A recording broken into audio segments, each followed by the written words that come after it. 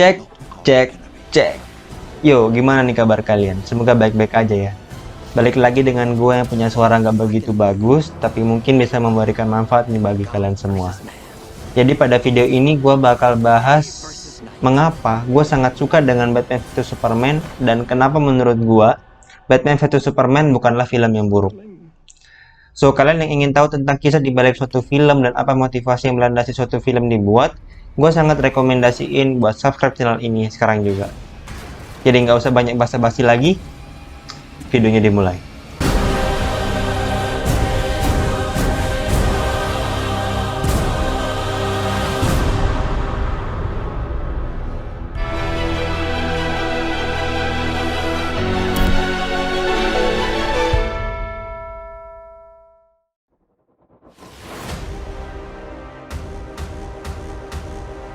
Adegan yang paling terkenal atau mungkin paling memorable di Batman vs Superman Dawn of Justice muncul tepat setelah Batman memukul kepala Superman dengan wastafel.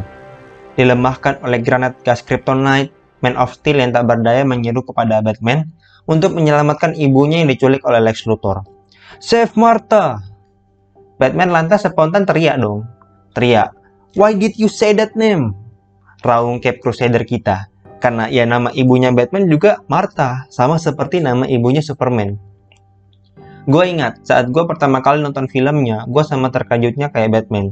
Gue sudah lama nih jadi penggiat superhero, tapi gue tuh nggak pernah memperhatikan kalau ibu dari dua karakter paling ikonik dari DC komik itu memiliki nama yang sama.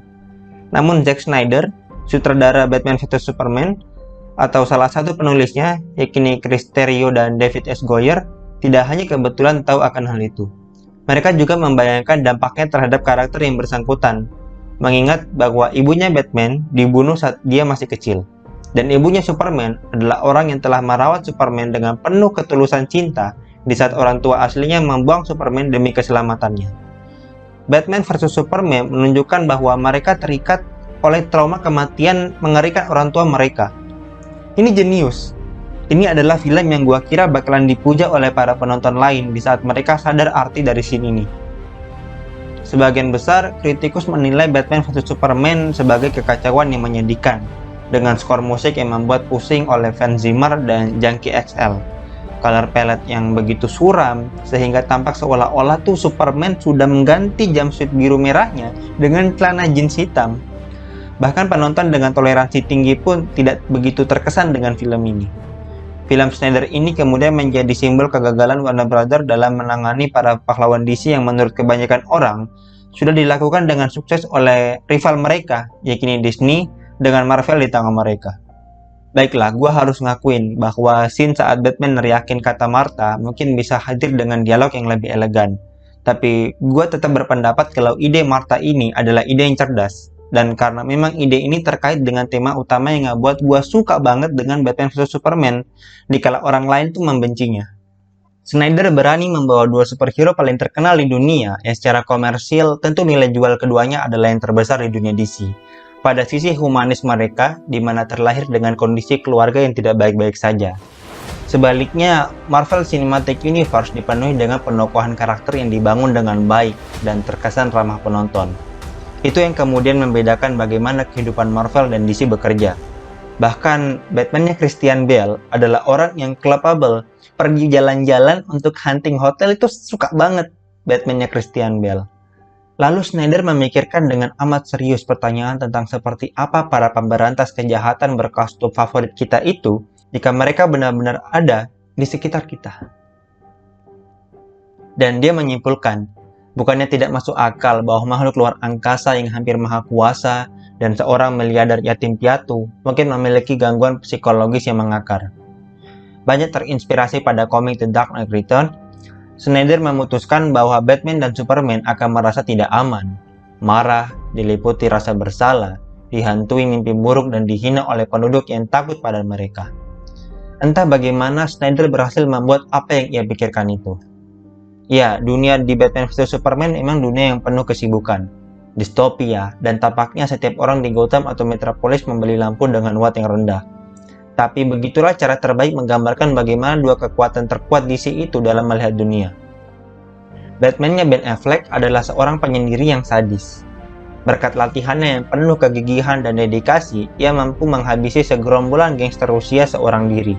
Sebagai penggemar Batman, scene ini adalah yang paling keren yang pernah gue lihat dalam film superhero. Sementara Superman-nya Henry Cavill digambarkan sebagai sosok Superman yang kurang dapat memikat perhatian masyarakat. Tidak seperti Superman-nya Christopher Reeve. Snyder lebih suka menggambarkannya sebagai misil hidup, Sonic yang menggelegar di langit, atau sebagai utusan ilahi, melayang turun dari tempat tertinggi untuk hidup membantu para manusia fana. Sejak Batman vs Superman dirilis, serial televisi The Boys dan film Brightburn adalah dua judul yang keduanya bermain dengan premis bagaimana bila Superman lebih suka menghancurkan daripada menyelamatkan. Tentu menjadi suatu entitas yang sangat mengancam, dan kurang lebih itu arah yang hendak dibawa Snyder dengan Superman versinya. Pada opening scene di filmnya diperlihatkan pertarungan maha dahsyat antara Superman melawan General Zod pada film Man of Steel rilisan 2013. Tapi kini sudut pandangnya diubah ke Bruce Wayne, aka Batman, yang melihat pertempuran mereka dari jalanan kota metropolis. Kita lihat akibat pertarungan mereka, gedung pencakar langit hancur, awan debu bertebaran di mana-mana, warga sipil yang tak berdosa terbunuh, atau paling tidak cacat. Singkatnya, kita melihat pemusnahan massal yang cenderung dihilangkan pada film-film Marvel. Gua mengerti mengapa malapetaka dan kesuraman ini mungkin tidak menyenangkan untuk ditonton, tetapi memang seharusnya begitu. Batman vs Superman bukan film superhero, tapi film anti superhero, yakni film tentang dua orang yang hanya bisa dicintai oleh seorang ibu. Videonya selesai.